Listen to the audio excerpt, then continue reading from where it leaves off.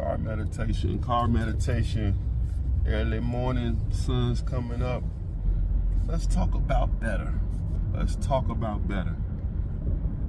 just use some common sense here. Has anyone ever thought how weird it is that people have a problem with you when you better yourself? Isn't that baffling? And I know misery loves company, all that, those cliche things we've heard in our life, but just think about it. When you start to better yourself, somebody always,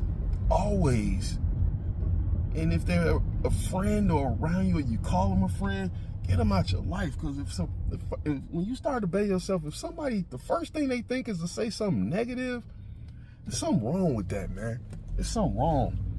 And it's like, isn't it crazy how that always happens? In this statement here, it's even crazier. You think, and you've never said you thought anything.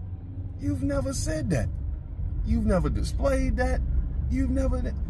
At the end of the day, most people who are trying to better themselves, they always just moving about, trying to think about the next thing to do to better themselves, or to keep doing what they're doing to stay on point. And what people don't understand when those negative people say that is that you struggle to better yourself. It's hard to get up and go to the gym in the morning. It's hard to go to the gym in the evening. It's hard to cut back on eating this and eating that. It's hard to, if you haven't already shifted your mindset to thinking this way or thinking that way. It's hard. It's not easy. But yet someone always has something to say negative.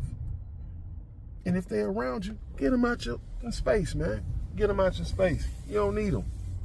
They're a waste of your time and energy. And you don't need that person or people or places around you that are thinking ill and negative of you, man. You don't need that. And we got to be careful of that. Because even Jesus had people who would pray with him. And when he would end his prayer, they would say a negative connotation to his prayer. They would switch up the words, and it would mean death and evil behind his prayer. So you gotta watch that. You gotta be mindful of that, man. And it's sickening. It's a sickness that somebody has if they have a problem when you're trying to better yourself, that they don't rejoice in that with you and share that with you and want to get a part of that. And what's crazy is you'll find that some of them may be walking around portraying like they're a certain kind of person or a certain people, or they believe in a certain thing, and all the time they wishing negative, hate, evil, all kind of ills, and they jealous of you and envious of you, and they don't wish you no harm. And when you celebrate and rejoice of your betterment and then wanting them to be better, in the same time their heart is feeling a certain way.